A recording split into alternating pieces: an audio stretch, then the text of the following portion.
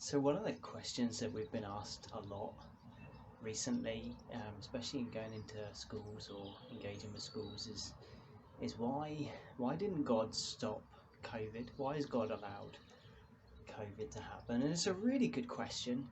It's an old question, really. It's the question of why would God have allowed suffering?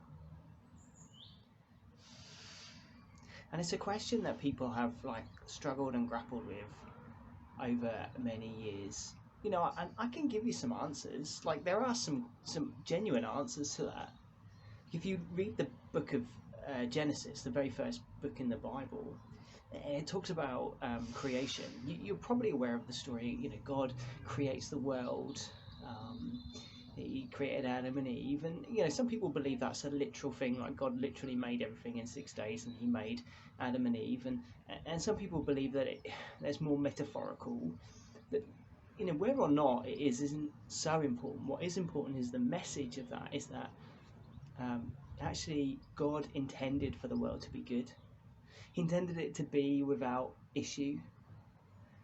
But because of our choices, our poor choices, we've made the world not a great place to be. We've allowed what Christians call sin, evil, into the world, and it messes everything up. So now we live in a flawed world where things are not as they should be. You can look at that, and you might say, well, but surely God works, and He does miracles and He does things. So why wouldn't He stop this? Or you could then talk about the fact that actually life is a test. Like everything about our life is, it's a test that we have to walk through. And if you have a faith, then your faith will be tested. The Bible talks about that life will not be easy or straightforward. Actually, it's a test to rely on God and to trust in Him and to keep going with Him, even when things are really difficult. You could even look at it and say, well, what about the good things that will come out of this?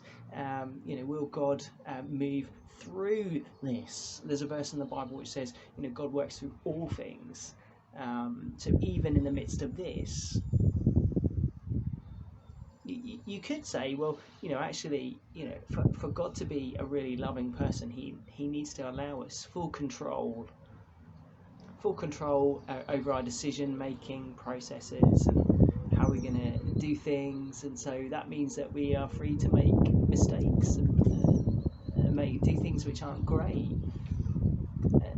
And if COVID has come about from a man-made decision, we don't know where it's really come from, where it originates from. But if it's from unhygienic, unsanitary, bad practices in another part of the world, then actually that's to do with our own lack of being responsible over what we're doing. And so is that really? That's not really God's fault, is it? That's to do with our own choices.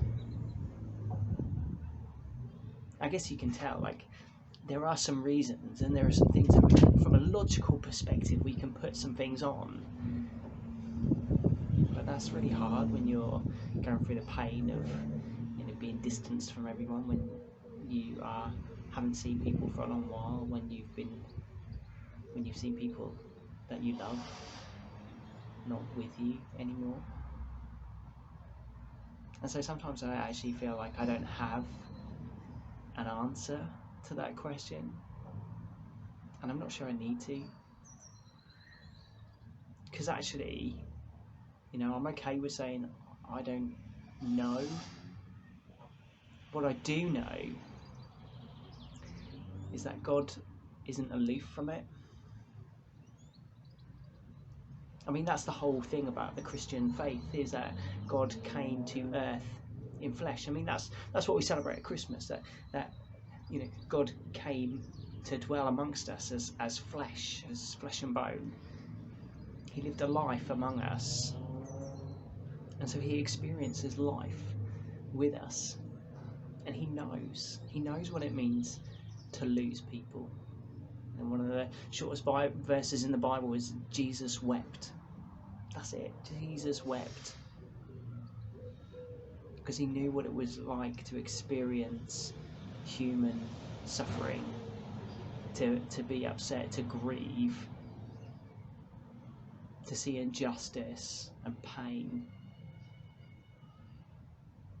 And ultimately, as we approach Easter, we recognise that Jesus died the most humiliating, agonising deaths. I mean, it really was quite horrific what Jesus went through. And the crazy thing is that Jesus went through it willingly. Like the Bible tells the story of, like, time and time again, Jesus sort of said, I'm going to Jerusalem, this is where I'm going to be handed over, I'm going to be betrayed, I'm going to be whipped, I'm going to be flogged, and I'm going to die. I mean, everyone thought he was talking metaphorically. They didn't realise he was talking literally. And Jesus died on the cross, a truly agonising, slow, painful death.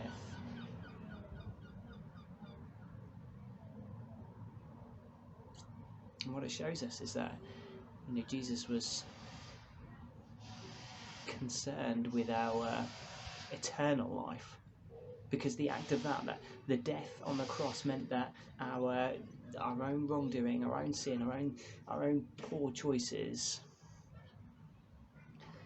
were forgiven, that we are made right with God, that we can have now a relationship with God, that whatever divide, whatever gap between us as unholy people and a holy God, the gap has been removed, a bridge has been built. We are able to have a relationship with God because God was willing to experience human suffering, taking on our wrongdoing on the cross.